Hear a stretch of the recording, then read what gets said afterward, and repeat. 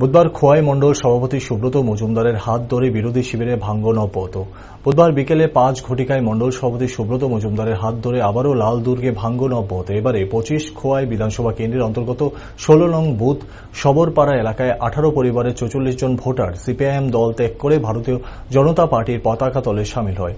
দল ত্যাগীদের মধ্যে অন্যতম হলেন প্রাক্তন প্রধান চন্দন সরবর, সিপিআইএমের নেতৃত্ব বিশ্বজিৎ দেব, বাম যুব সংগঠনের নেতৃত্ব শুভ্র মুরা সহ বহু পুরনো বাম কর্মী সমর্থক দলের প্রতি আস্থা হারিয়ে গেরুয়া শিবিরে সামিল হয়। এদিনের এই যোগদান সভায় বক্তব্য রাখতে গিয়ে মণ্ডলের সাধারণ সম্পাদক তাপস কান্তি দাস বলেন, একটা সময় প্রাক্তন বিধায়ক প্রয়াত সমীর দেব সরকার ও বিশ্বজিৎ দত্তের হাত ধরে সিপিআইএমের বহু লোক এই ভাগ্যটিলা এলাকা থেকে খোয়াইয়ের রাজপথে বাম সমর্থকরা পায়ে পা মিলিয়েছিলেন এবং এই এলাকার তৎকালীন সময়ের বাম নেতা ভাগ্য সবরের হাত ধরে বহু লোক লাল ঝান্ডার কাঁধে তুলে নিয়েছিলেন। কিন্তু 25 বছর এই এলাকার জনগণের ভাগ্য বদলায়নি একদিনের জন্য।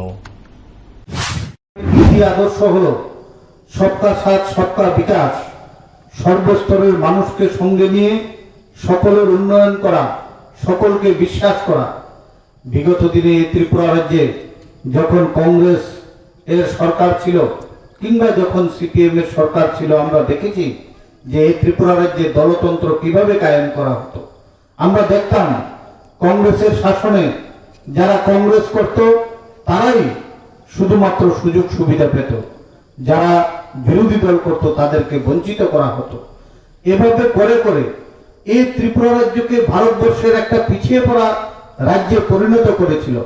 মার্ক্সবাদী কমিউনিস্ট পার্টির লাগাতার 25 বছরের শাসনে আমরা দেখেছি যে এই ত্রিপুরা রাজ্যে আরো চরম দলতন্ত্র কায়েম হয়েছিল, একটা স্বৈরাচারী শাসন ব্যবস্থা কায়েম হয়েছিল।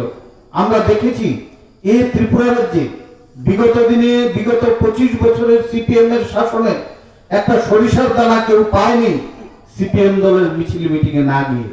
একটা স্বৈরাচারী শাসন ব্যবস্থা, মার্ক্সবাদী কমিউনিস্ট পার্টিকে সমর্থন করতে হবে, তাদের বিরুদ্ধে কথা বললে এলাকা ছাড়া করা হবে, খুন করা হবে ইত্যাদি এই রাজ্যের পরিচিত ব্যবস্থা ছিল। যে কারণে